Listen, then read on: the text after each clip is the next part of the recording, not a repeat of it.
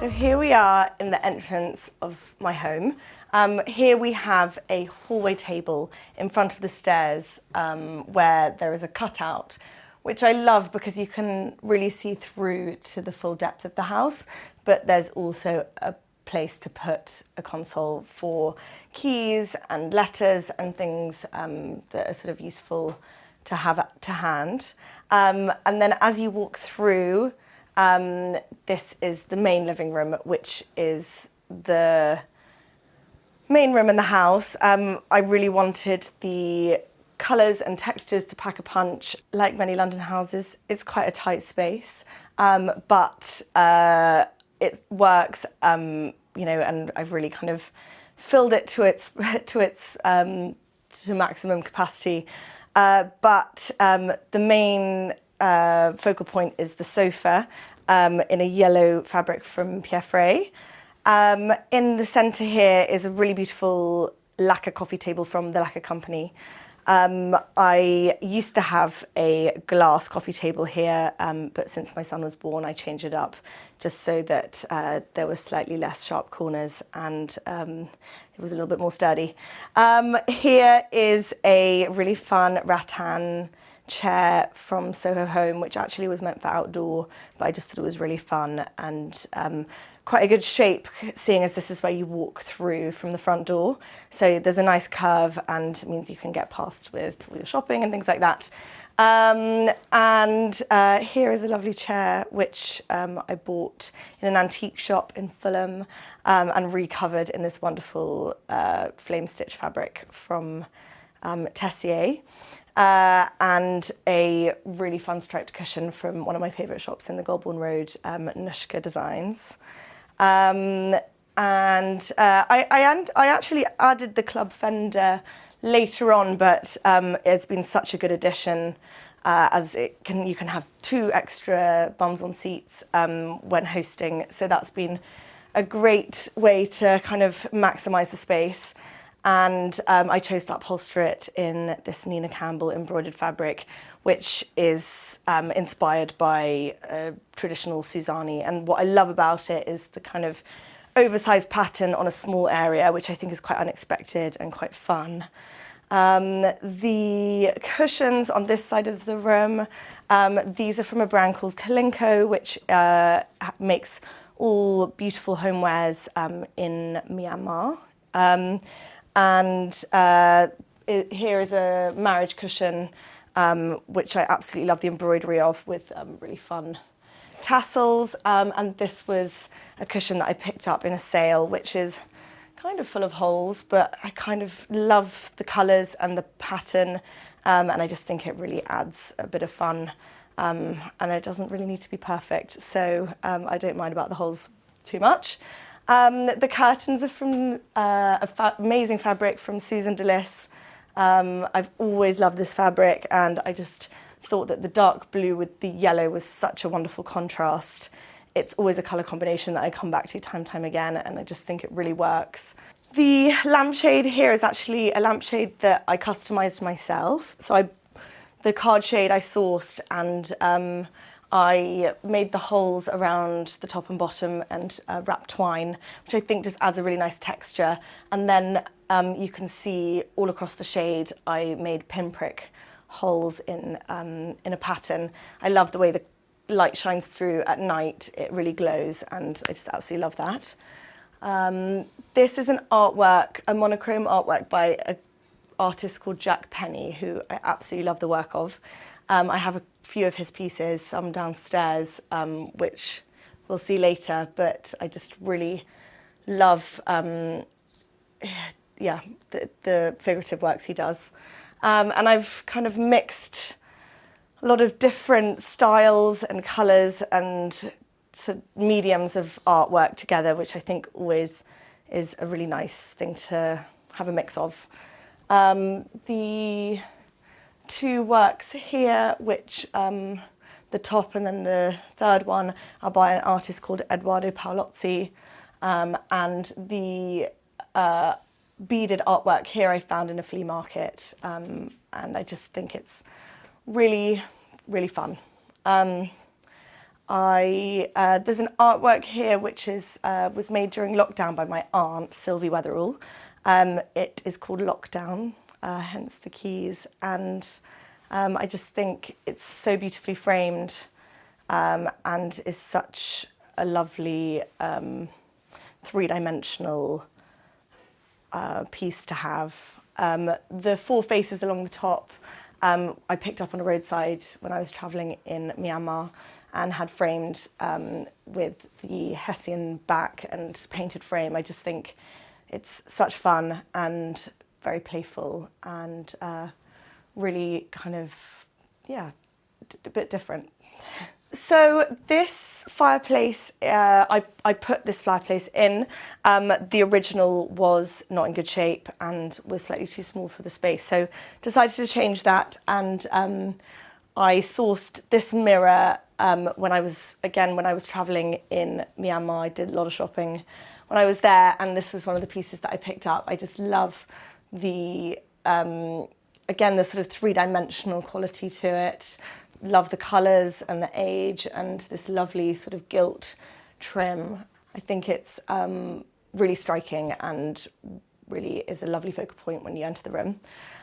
Either side of the fireplace in the recesses, I decided to fit floor-to-ceiling mirrored panels, and I decided to do this because of the room being on the smaller side. When you enter, having that reflection really explodes the room and gives a much more of a sense of space, even though it's more of an illusion than anything. But I just think it's a really nice being able to see, you know, more depth than actually is there.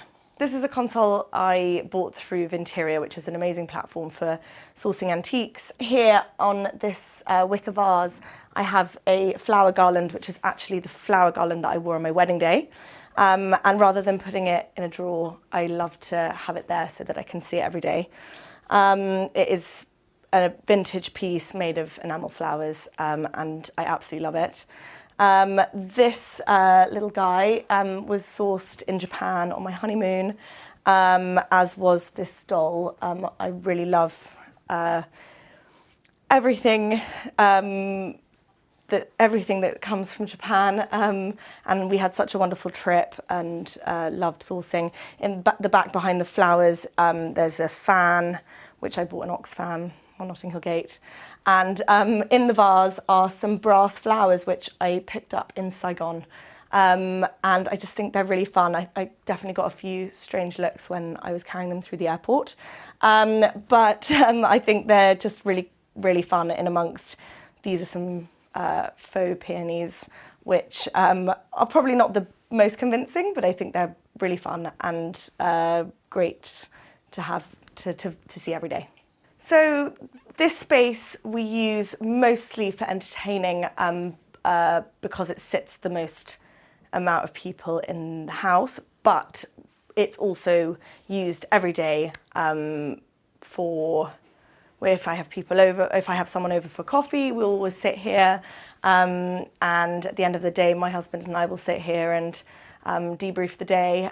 So it being so close to the front door, it's really the room that gets used the most. This chair was given to me by my grandparents and is in its original upholstery.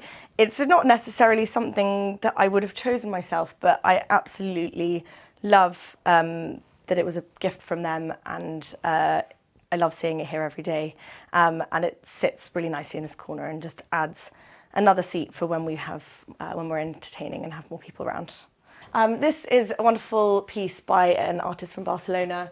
It is one of the first pieces I bought before buying a house. I saw it and I just absolutely love the composition.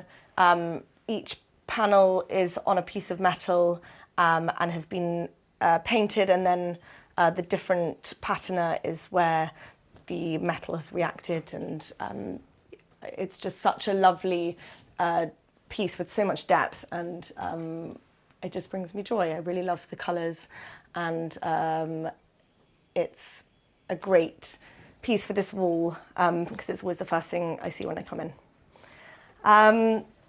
To the right of the opening, this is a sconce that I bought from my friend Charlie Porter, who has Tat London. I absolutely love the scale of it and how the snake sort of is asymmetric on the wall. It's really fun lighting the candle when we have friends over, and it's such a fun, kind of unexpected focal point to this room. In the opening, I picked up at a flea market this old wheel that had been put on a display stand, and I just really love the age and the sort of circular shape in this lovely opening. This is a little table that I picked up in Kempton, which is a racecourse outside of London where once a month they have a fantastic antiques market. And this was, again, actually one of the first pieces that I bought for this house. I love the wavy edge and the metal that wraps around the bamboo stand. I just think it's such a lovely side table, and this great, this red top. Lovely to put a drink on when you're sitting in this chair.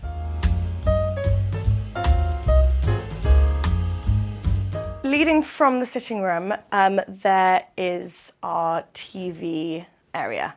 And this is a part of the house which I really, really love. And is actually, having said that we spend most of our time in the sitting room, I think I was lying. I think this is probably where we spend most of our time watching TV and relaxing after a long day. The sofa is unusually deep, and I get a lot of comments on how deep it is, but I was very sure of what I wanted for this space, and that was to have the feeling of a daybed. And this depth really kind of gives that feeling. I love daybeds that I've seen travelling in Asia, and I just think it's such a lovely concept. And I think being able to almost recline whilst watching TV is such a luxury. There are a lot of cushions. I think probably arguably too many, but I love buying cushions if I see and I like. I'll always buy, and not necessarily that because they sort of are perfect for the scheme, but if I love them, then somehow they always tend to slot in quite well. This area, I decided to wrap around all three walls with built-in bookcases. I think it's so lovely to have a space in the house for keeping books. And I think that they, especially in this area where we really want to feel like really cozy and enveloped, I think it's such a lovely way to achieve that feeling. The artwork behind the sofa is actually a throw that I bought in New York and had framed. So as with a lot of the works in this house, the framing often costs a lot more than the actual piece itself, but I think it's always worth it, and I just have absolutely loved having this as the focal point to this space in this particular area. I've flanked it with 2 wall lights with raffia lampshades. I think it's really nice to have lighting at this level, especially in a TV area. The lining paper of these particular shades is gilded, and that again adds to this really wonderful warm glow that we get at night in this area. So that really adds to kind of the coziness. Rather than having curtains or a fabric blind, I decided to install a chick blind, which are made in India, and I just think are such a lovely addition to any room. They are such a lovely texture. They let the light in during the day, but block it out during the evening. And I really love sort of the manual nature of kind of putting it up and down and using the rope to secure it. I just think they're so charming, and actually use them often in projects. The pendant in this area I bought in an antique shop. I love the scale of it, and just think it's such a lovely piece, particularly with these kind of rounded brass. Each space I've used a different rug. I think in the main sitting room area where there is a lot going on, I really wanted to kind of bring in a little bit of neutral, and did that by using this wonderful jute rug from the Conran shop. In this area, I think bringing in a little bit more pattern against the green velvet sofa was, and having an antique rug was a really nice addition. It was something that I picked up in an antique shop in London. In this space, whilst there is a lot of colour and pattern, I decided to go with a neutral paint for the main walls. I just think that it's a really nice backdrop for some of the more colourful accents, and a great backdrop for the artwork. In the TV area, I brought in some colour by painting the insides of the bookcase with this rhubarb-raspberry colour. It's actually the same colour that I used on the front door, so that's quite a nice continuation. And then the panel behind the sofa I painted in Hague Blue by Farrow & Ball, which I think just gives a really nice depth to the space. I always love hanging plates and baskets and things that are a bit more three-dimensional than a sort of flat artwork. These I bought again in Japan on our honeymoon, and I just think I love the simplicity of them, and I always love hanging things in threes. Thanks for watching. Be sure to go to homeworthy.com for exclusive content, shopping guides, and so much more.